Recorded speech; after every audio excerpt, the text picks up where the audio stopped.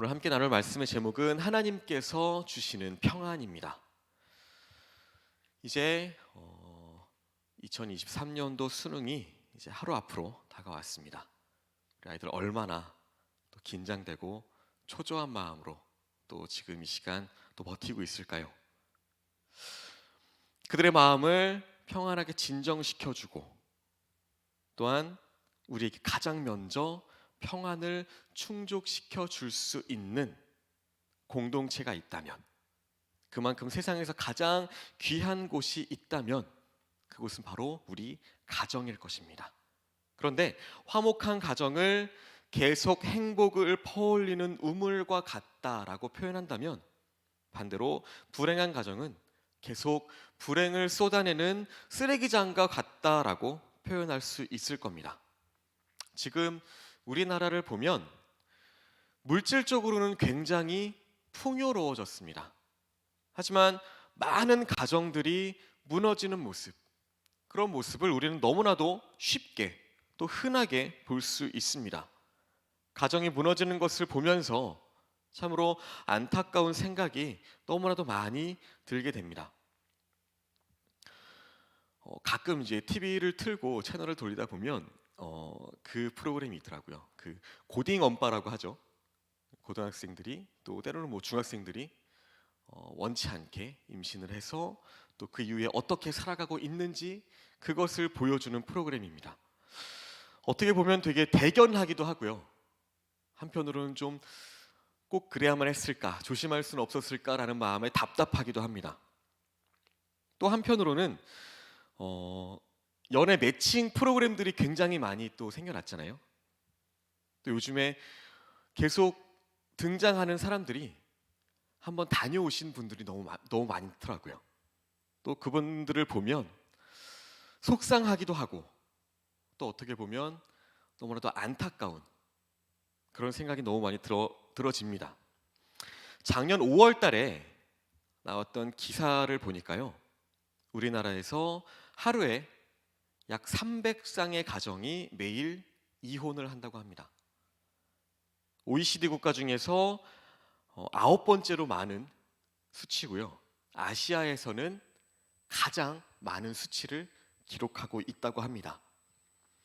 거기다가 이제 나이가 들어서 이혼하는 그 황혼 이혼의 비중도 늘어나고요. 더 심각하게는 신혼부부들의 이혼율도 굉장히 많이 늘어나고 있는 추세랍니다. 그런데 정작 가장 중요한 문제는 사람들의 인식이 점점 바뀌어간다는 겁니다. 그런 이혼을 별로 대수롭지 않게 생각하고 있다는 것입니다. 교육학자인 페스탈로치는 가정의 화목은 지상의 가장 빛나는 기쁨이다라고 말했고요. 어떤 시인은 즐거운 가정은 미리 맛보는 천국이다라고 말했습니다. 또 어떤 사람은 가정이야말로 고달픈 인생의 안식처요, 모든 싸움이 자취를 감추고 사랑이 싹트는 곳이요, 큰 자가 작아지고 작은 자가 커지는 곳이다. 가정은 안심하고 모든 것을 맡길 수 있으며 서로 의지하고 사랑하여 사랑을 받는 곳이다 라고 표현했습니다. 그래서 우리에게 주어진 가정을 정말로 귀하게 여기고 잘 가꾸어서 가정의 화목이 무너지지 않도록 우리가 늘 가정 안에서 평안을 충족시킬 수 있도록 잘 지켜내야 한다는 겁니다. 혹시 조서환이라고 하는 사람에 대해서 들어보셨나요? 이분은 마케팅 전문가고요. 또 한 기업을 운영하는 그런 사람입니다. 광고를 통해서 무명의 상품들을 크게 히트시키는 그 분야에서 거의 전설이라고도 불리는 사람이랍니다. 굉장히 신실한 크리스찬인데요. 그분이 23살 때 겪었던 일입니다. 군대에서 육군 소위로 이제 근무를 하고 있었답니다. 그런데 그 부대 안에서 큰 폭발 사고가 일어났습니다. 그 폭발로 인해서 오른손이 절단되면서 병원으로 이송이 되다가 정신을 잃었답니다. 나중에 정신을 차리고 눈을 떠보니까 당연히 붙어 있어야 할 오른손이 보이지 않더랍니다. 그 소식을 듣고 급하게 그 당시 교제하고 있던 자매가 병원으로 찾아왔습니다. 한참을 말없이 쳐다보고 있었습니다. 겨우 용기를 내서 이분이 물어봅니다. 아직도 날 사랑해? 이 자매가 말없이 고개를 끄덕였답니다. 이분은 이 질문을 하면서 그런 대답에 굉장히 마음은 기뻤지만 그것도 잠시뿐이었고 손이 이렇게 되어버렸는데 이제 그래서 평생 사랑해주고 행복하게 만들어줄 자신이 없어졌답니다. 그래서 이렇게 대답했습니다. 이제는 정리하자. 난 더 이상 당신을 사랑할 수 없어. 얼굴을 봤으니까 이것으로 끝내자. 그러자 그 얘기를 듣고 있던 자매가 차분하게 이렇게 대답했답니다. 지금까지는 당신한테 내가 필요 없었는지는 모르지만 지금부터는 당신 옆에 내가 있어야 합니다. 너무 감사하고 행복했답니다. 그리고 그 자매는 다니고 있던 직장을 그만두고 아예 병원 옆에 방을 얻어서 하루 종일 그 옆에서 간호를 했답니다. 얼마 후에 그 자매의 아버지가 병실에 찾아와서 그 자매를 끌고 나가더랍니다. 그리고서는 빨리 정리해라라고 다그쳤답니다. 그 아버지의 이야기를 듣고 이 자매는 이렇게 말합니다. 아버지, 좋은 예는 아니지만 만약 아버지가 손을 다쳤다면 엄마가 어떻게 했으면 좋겠어요? 엄마가 아버지를 버리고 떠나면 아버지는 그걸로 괜찮겠어요? 나는 이 사람 전부를 사랑했지 오른손만을 사랑한 게 아니에요. 이 사람 정신은 건강한 사람이에요. 게다가 손 하나는 있잖아요. 내가 지금까지 본 이 사람은 반드시 일어날 사람이에요. 어떻게 되었을까요? 결국에는 결혼을 하고 다시 일어서서 행복한 가정을 이루었습니다. 그리고 모든 것이 하나님의 은혜라고 간증하는 신실한 믿음의 가정이 되었다고 합니다. 세상 사람들은요, 손해를 보기 싫어합니다. 미치는 것, 내가 뒤처지는 것, 남들보다 내가 없이 시작하는 것 싫어합니다.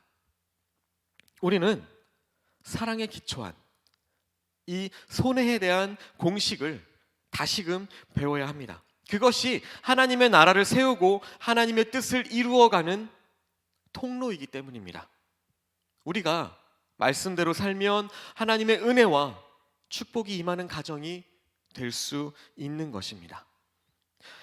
한국인의 종교 의식에 대해서 설문조사를 했답니다. 그런데 이런 내용의 질문이 있었습니다. 당신에게 종교가 있다면 당신은 왜 그 종교를 믿습니까?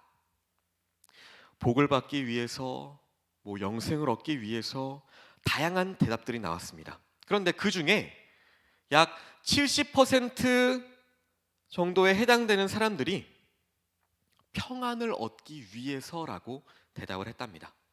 한마디로 사람들이 종교를 가지는 이유 중에 1위가 평안이라고 하는 사실입니다. 이 설문조사를 뒤집어서 다시 생각해 보면 우리가 무엇을 알 수 있을까요? 많은 사람들이 평안이 없다는 것입니다. 그래서 그 평안을 얻기 위해서 종교를 찾는다는 것입니다. 어찌 보면 너무나도 당연한 일입니다. 평안이 없으면 내가 아무리 돈을 많이 벌고 좋은 환경에서 그렇게 살아간다 할지라도 그것이 진정한 행복이 될 수 없기 때문입니다. 그래서 평안이 행복의 가장 중요한 요소임을 우리는 알 수 있습니다. 그런데 문제는 그 평안을 우리가 어떻게 얻을 수 있느냐 하는 것입니다. 사람들이 평안을 얻기 위해서 각자의 종교를 가지게 됩니다. 하지만 과연 그것이 우리에게 평안을 가져다 줄 수 있겠느냐라는 것입니다. 결론적으로 말씀드리면 하나님만이 우리에게 참된 평안을 주실 수가 있습니다. 세상의 어떤 것도 우리에게 평안을 가져다 줄 수는 없습니다. 단지 유사품인 평안과 비슷한 것을 우리에게 제공해 줄 수는 있습니다. 그런데 그것은 우리에게 온전한 평안은 될 수 없다는 것입니다.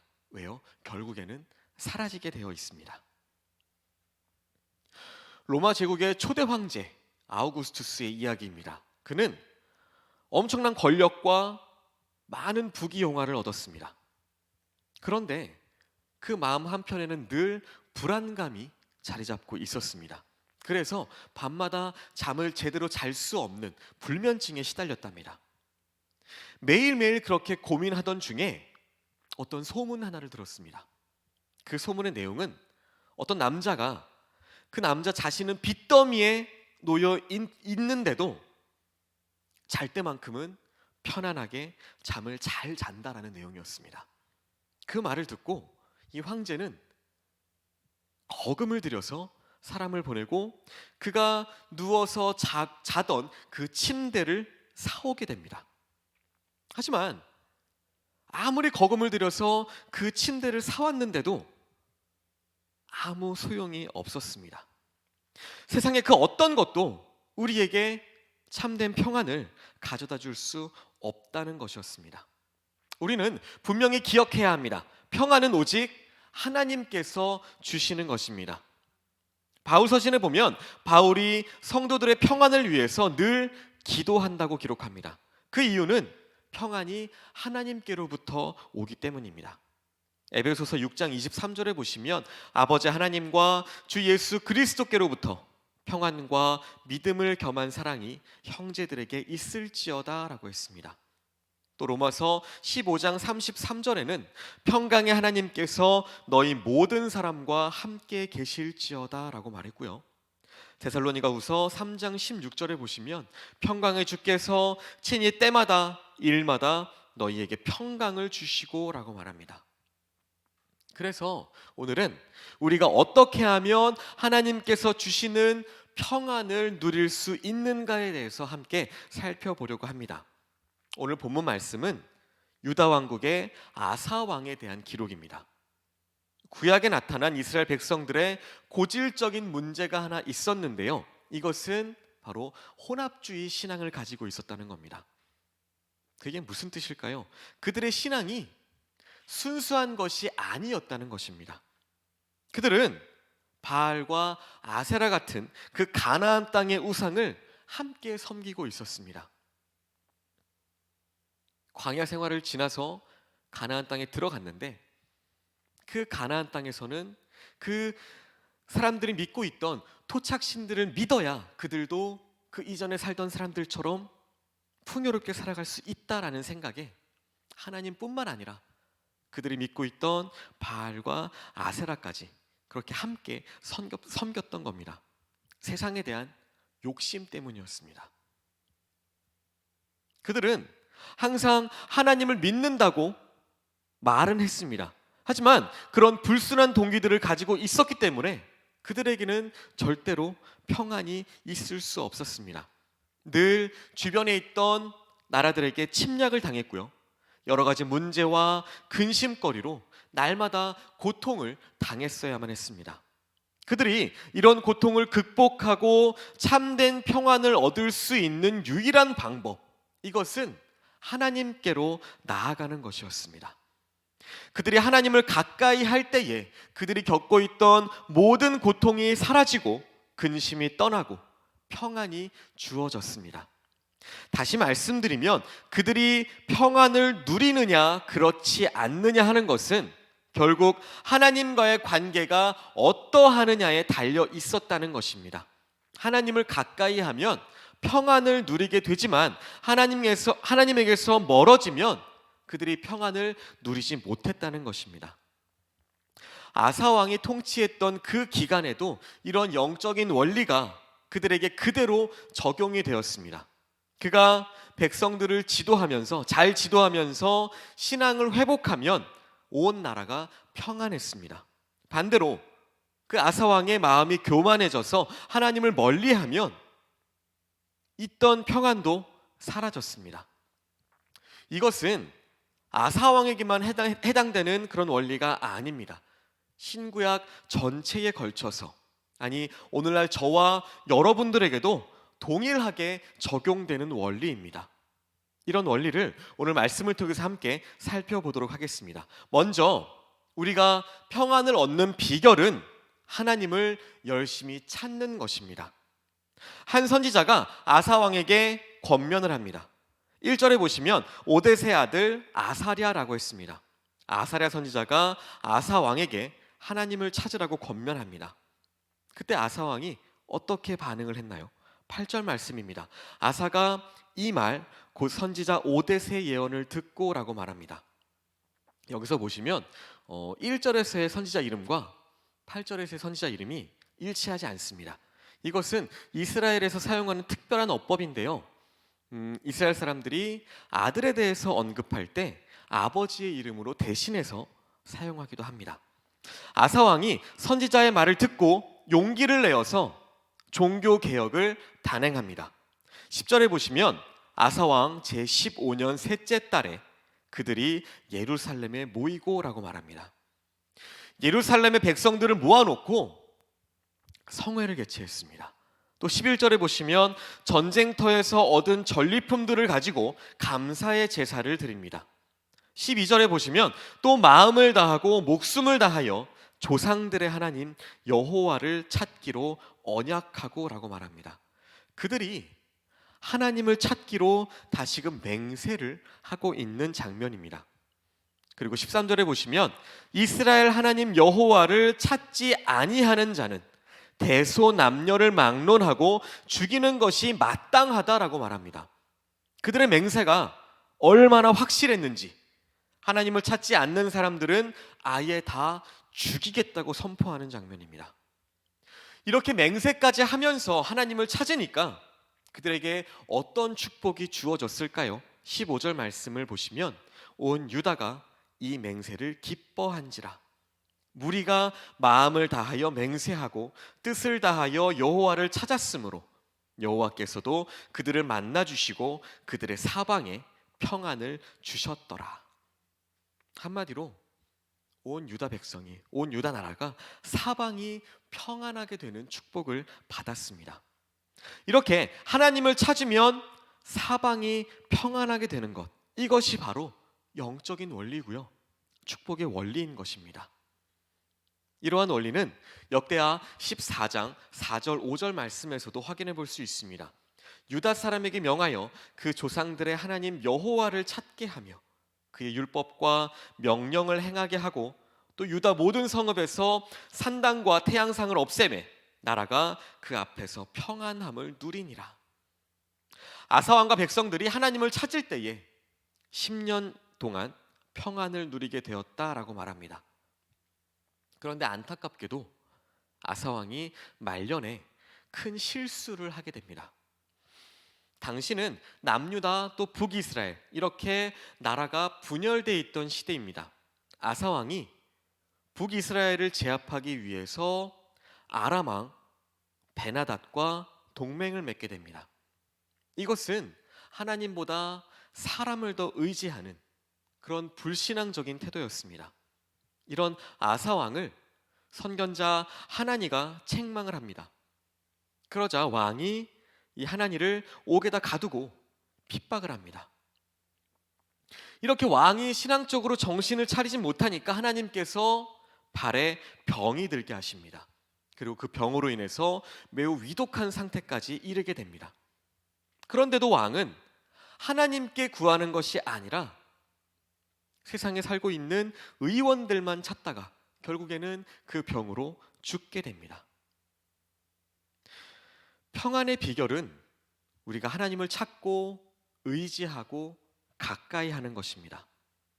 시편 기자도 이렇게 고백합니다. 73편 27절 28절에 보시면 무릇 주를 멀리하는 자는 망하리니 음녀같이 주를 떠난 자를 주께서 다 멸하셨나이다. 하나님께 가까이 함이 내게 복이라. 내가 주 여호와를 나의 피난처로 삼아 주의 모든 행적을 전파하리이다 라고 고백합니다. 하나님을 가까이 하면 모든 것이 다 회복이 됩니다.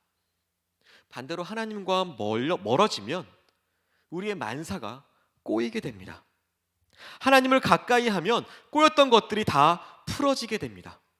한마디로 우리 인간의 가장 큰 비극은 하나님과 멀어지는 것입니다.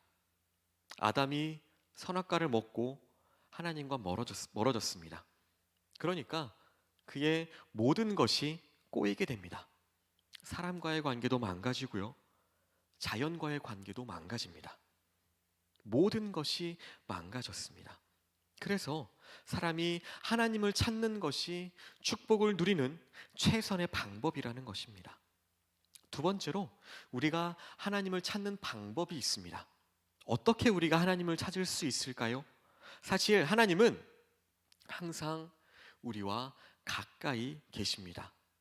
하나님은 언제 어디에나 계시기 때문에 공간적으로 보면 항상 우리 곁에 계시는 것입니다. 문제는 우리가 그것을 제대로 느끼지 못한다는 것입니다. 그래서 우리가 하나님을 열심히 찾아야 합니다. 하나님을 항상 가까이 해야 합니다.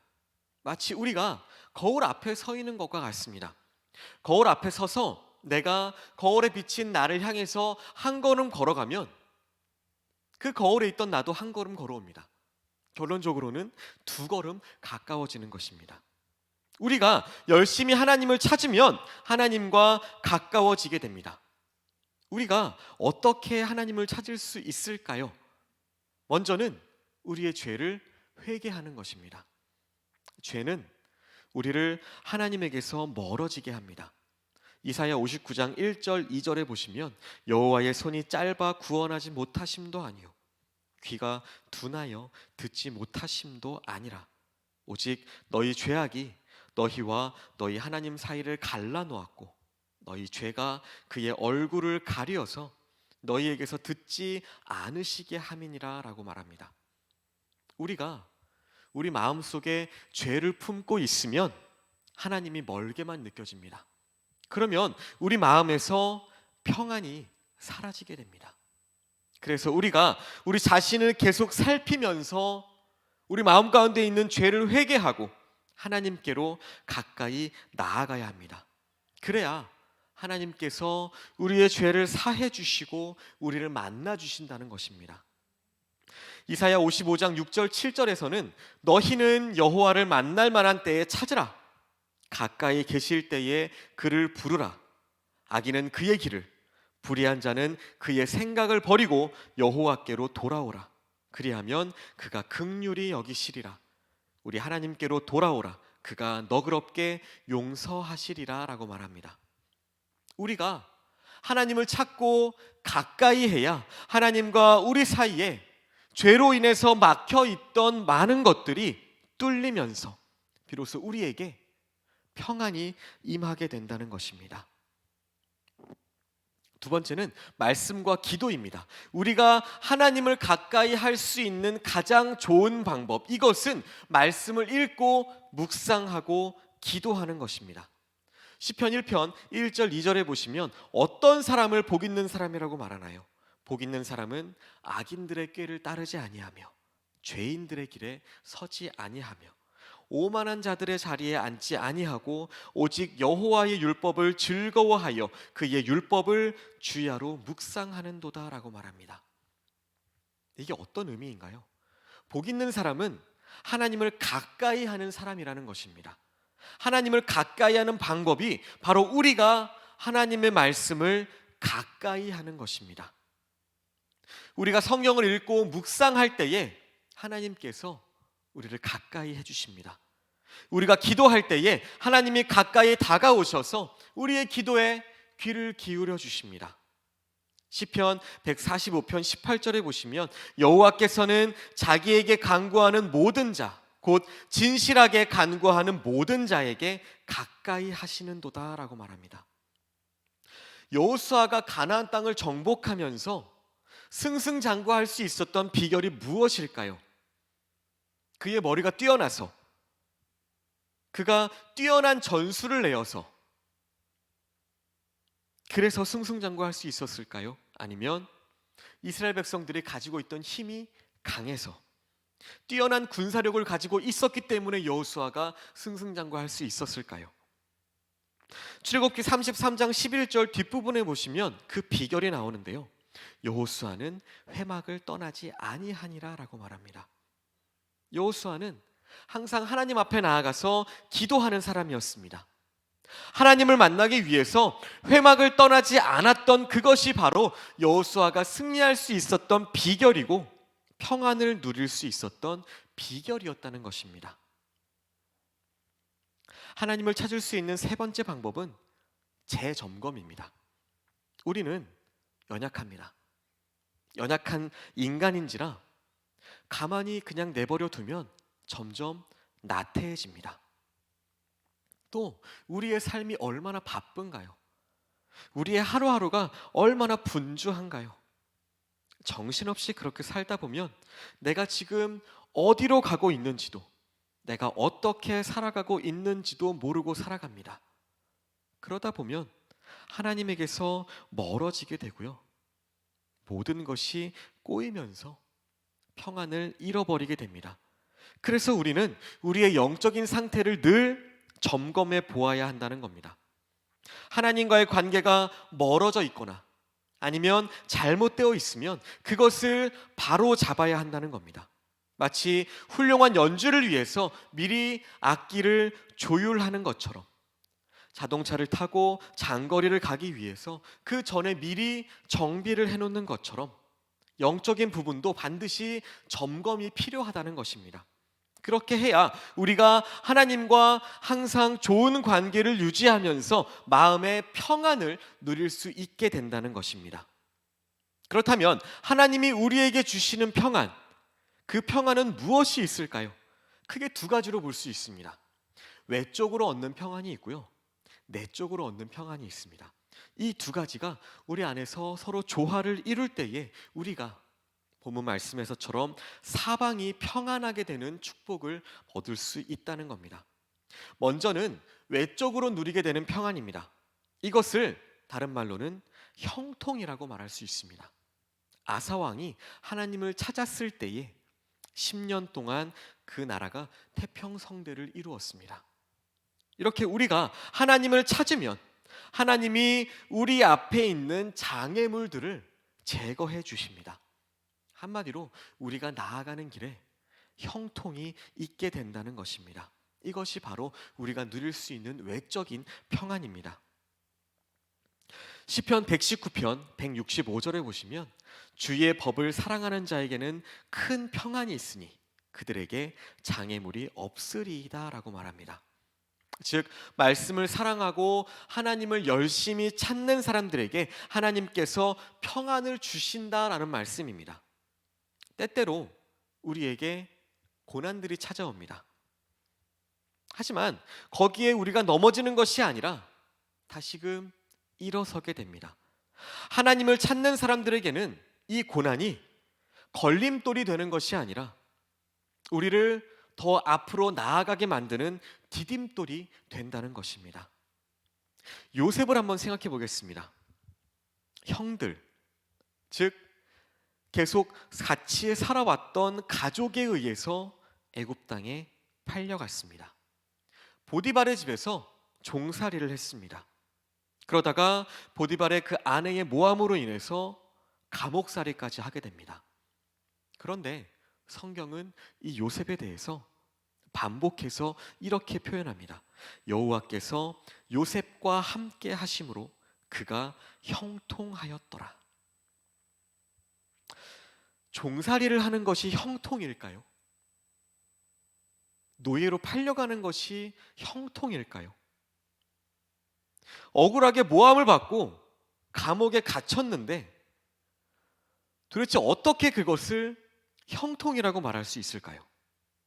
그런데 성경에서는 그것을 형통이라고 말씀하고 있다는 겁니다. 하나님을 가까이 하니까 당장은 내가 고난을 당하는 것 같지만 결국 그것이 나에게 형통함이 되더라는 것입니다. 요셉이 종이 되고 감옥에 갇히는 그것을 계기로요, 애굽의 고위 관료를 만나게 됩니다. 그리고 그의 소개로 바로 왕까지 만나게 됩니다. 그렇게 마침내 애굽의 총리의 자리까지 요셉이 오르게 됩니다. 이것은 요셉 자신에게도 영광이지만 같은 민족을 구원하는 놀라운 사건이기도 합니다. 하나님을 가까이 하는 요셉에게는 이 고난이 걸림돌이 아니라 앞으로 나아가게 해주는, 더 나은 단계로 나아가게 해주는 디딤돌이 되었다는 것입니다. 외적인 평안, 거기에 이어서 또 하나는 내적인 평안입니다. 다르게 표현하면 이것은 우리의 환경을 초월하는 평안입니다. 외적인 평안보다 더 중요한 것이 있다면 바로 이 내적인 평안입니다.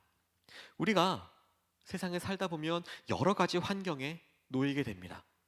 하지만 하나님께서 우리에게 이 내적인 평안을 주시면 우리는 그 환경이 어떻든 간에 그 환경을 초월할 수 있게 됩니다. 사도행전 12장에 보시면 감옥에 갇힌 베드로가 나옵니다. 그런데 그 말씀에 베드로가 어떻게 하고 있나요? 편안하게 잠을 자고 있습니다. 마음이 편안하지 않다면, 편안하지 않은 상태라면 절대로 그 상황에서 잠을 잘 수 없을 겁니다. 잠이 오지 않을 것입니다. 감옥에 갇혀서 내가 언제 어떻게 죽을지 그것조차 모르는 상황이었습니다. 하지만 베드로는 하나님으로 말미암아서 그런 상황 속에서도 평안을 누리고 있었습니다. 사도행전 16장에 보면 역시 똑같이 감옥에 갇혀 있던 바울이 나옵니다.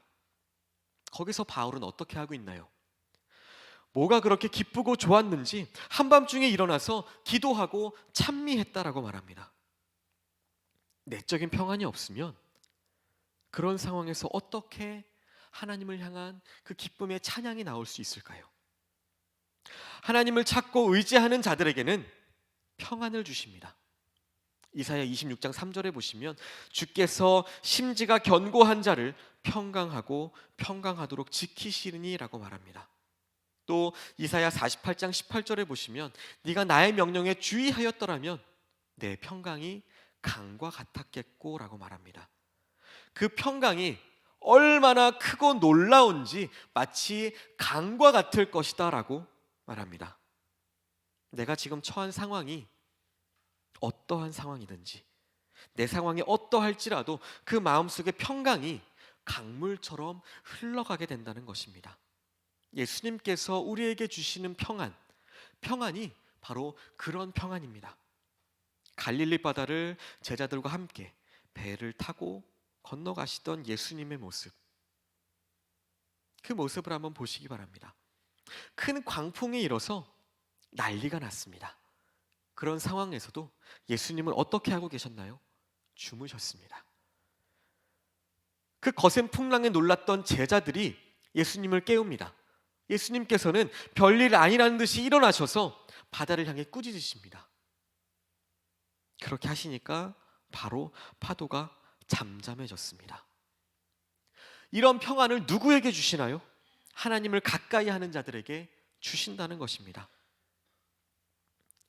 CCC 총대였던 빌 브라이트 박사님의 이야기입니다. 그분이 대통령 조찬 기도회에 참석을 했습니다. 그런데 거기서 우연히 대학교 동창을 만났답니다. 26년 만에 만났는데요. 그 친구는 해군 장성이 되어 있더랍니다. 그런데 그 친구의 얼굴에 굉장히 짙은 그늘이 있었습니다. 사연을 들어보니까 그 가정에 불화가 있었고 막내 아들이 교통사고로 죽었다는 것입니다. 그래서 복음을 제시해주고 위로해 주었더니 그 친구가 그 자리에서 예수님을 영접하게 되었답니다. 나중에 다시 만나서 이야기를 나누는데 이번에는 딸이 암에 걸려서 죽었다는 이야기를 하더랍니다. 예수님을 믿고 얼마 되지 않아서 그런 일이 생겼으니 그 친구가 얼마나 실망이 클까 걱정이 되어서 이렇게 물어봤습니다. 그래, 얼마나 슬픈가? 그랬더니 이 친구가 이렇게 대답하더랍니다. 아니, 괜찮아. 물론 죽은 딸 아이를 생각하면 내가 너무나도 슬프지만 놀랍게도 이런 어려운 상황에서도 하나님이 내 마음에 이해할 수 없는 평안을 주셨다네. 우리가 처한 환경을 바라보면 당연히 낙심이 되어야 합니다. 하지만 그 마음 가운데 너무 평안했다는 것입니다. 이것이 바로 환경을 초월하는 내적인 평안이라는 것입니다. 그런데 우리는 왜 그런 평안을 누리지 못할까요? 우리는 그런 평안을 지금 어디에서 어떻게 얻으려고 노력을 하고 있나요? 다시 한번 강조해서 말씀을 드리면 세상에는 우리에게 평안을 줄 수 있는 것이 아무것도 없습니다. 우리가 사방에 온갖 좋은 것들로 둘러싸여 있어도 하나님께서 우리에게 평안을 주시지 않으면 우리 마음은 불안할 수밖에 없습니다. 하지만 우리가 하나님을 가까이 하면 우리의 사방이 평안하게 됩니다. 그래서 어떠한 상황에서도 하나님을 가까이 하시기를 소망합니다. 세상을 가까이 하다가 하나님께서 우리에게 주시는 그 평안을 놓치지 마시기를 소망합니다. 앞으로 이전보다 더 열심히 하나님을 찾으시고 그 하나님으로 말미암아서 오늘 본문의 말씀처럼 사방이 평안하게 되는 그 귀한 복을 누리면서 살아가시는 저와 여러분들 되시기를 예수님의 이름으로 소망합니다.